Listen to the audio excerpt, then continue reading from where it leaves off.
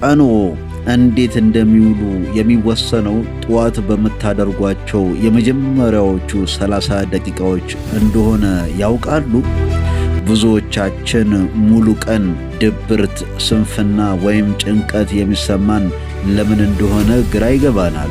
ምክንያቱም ግን በጣም ቀላል ነው። ሳናውቀው ጠዋት ላይ የምንሰራቸው ስህተቶች። ዛሬ እርስዎ ሳያውቁት በየቀኑ ሊያደርጓቸው የሚችሏቸው 5 የጠዋት ስህተቶችና እንዴት በቀላሉ ማስተካከል እንደምንችል እናያለን። የመጨረሻው ስህተት ደግሞ ሁላችንም የምናደርገው ነው። ስህተታን የአላርም ድምፅ ሲሰማ 5 ደቂቃ ብቻ ልጨምር ብሎ እስኑዝ ማድረግ። ይሄ የ5 ደቂቃ ጭማሪ እንቅልፍ የሚሰጠን ይመስለናል። ነገር ግን አእምሯችንን ወደ አዲስ የእንቅልፍ ዑደት ስሊፕ ሳይክል ውስጥ እንዲገባ ነው የሚያደርገው። ያ ዑደት ሳይጠናቀቅ በየ5 ደቂቃው ስንነቃ ስሊፕ ኢነርሺያ ለሚባል ነገር እንጋለጣለን። ይሄ ማለት ቀኑን ሙሉ ድብርትና ራስ ምታት እንዲሰማን ያደርጋል። መፍትሄ፣ አላርሞን ከግድግዳው ወይም ከአልጋው ራቅ አድርገው ያስቀምጡት። እሱን ለማጥፋት መነሳቶ አይቀሬ ስለሚሆን በቀላሉ ይነቃሉ። ሌላኛው ስህተት ደግሞ አይናችን ገና ሳይገለጥ ስልካችንን አንስተን ኢሜል፣ ቲክቶክ ወይም ዜና ማየት እንጀምራለን። ይህ ሲያደርጉ አእምሮ ገና ሳይዘጋጅ በሌሎች ሰዎች አጀንዳ፣ ጭንቀትና መረጃ እንዲጥለቀለቅ ያደርጉታል። ይህ ልማድ የደስታን ሆርሞን ዶፓሚን ላይ ተጽዕኖ ስለሚያሳድር ቀሪው ቀኑን ላይ ትኩረት እንዳያደርጉ ያደርጋል።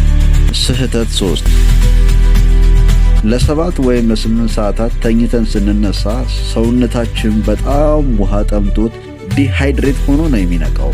በዚያ ላይ ገና ምንም ነገር ሳይቀምሱ መጀመሪያ ቡና መጠጣት የሆድ አሲድ ከመጨመሩም በላይ ድካምን ያባብሳል። የባለሙያ ምክር፣ ቡናው ከመጠጣቱ በፊት ቢያንስ 1 ብርጭቆ ለብ ያለ ውሃ ይጠጡ። ይህ ሜታቦሊዝሙን ያነቃቀዋል። ስህተት 4 ይህ ትንሽ ነገር ሊመስል ይችላል፣ ነገር ግን አልጋን ማስተካከል የዕለቱ የመጀመሪያው ስኬት ፈርስት አኮምፕሊሽመንት ነው። ይህ ትንሽ ሥራ ሲያጠናቅቁ አእምሮ እሺ ቀጣዩን ሥራ ለመስራት ዝግጁ ነኝ የሚል የደስታ ስሜት ይሰማዋል። ማታ ደክሞት ሲመለሱ የተስተካከለ አልጋ ማግኘቱ የአእምሮ ሰላም ይሰጦታል። ስህተት 5 ያለ ዕቅድ ቀንን መጀመር። ይህ የመጨረሻው ትልቁ ስህተት ነው።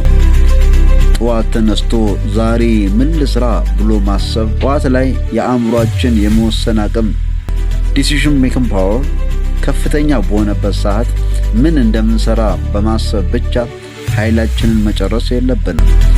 መፍትሄ፣ የነገውን ዕቅድ ዛሬ ማታ ከመተኛቶ በፊት በትንሽ ማስታወሻ ደብተር ላይ 3 ዋና ዋና ነገሮች ብቻ መዝግበው ይደሩ። ጠዋት ሲነሱ ቀጥታ ወደ ሥራ ይገባሉ። እንግዲህ እነዚህ 5 ስህተቶች በማስወገድ ነገ ጠዋቱን በተለየ ጉልበት ይጀምሩ። ከነዚህ ውስጥ እርስዎ በብዛት የሚሳሳቱት የትኛውን ነው? ኮመንት ላይ ያካፍሉኝ። ቪዲዮ ከጠቀማችሁ ላይክ ማድረጋችሁንና ለወዳጆች ሼር ማድረጋችሁን እንዳትረሱ። በሌላ ፕሮግራም እስከምንገናኝ ቻው ቻው።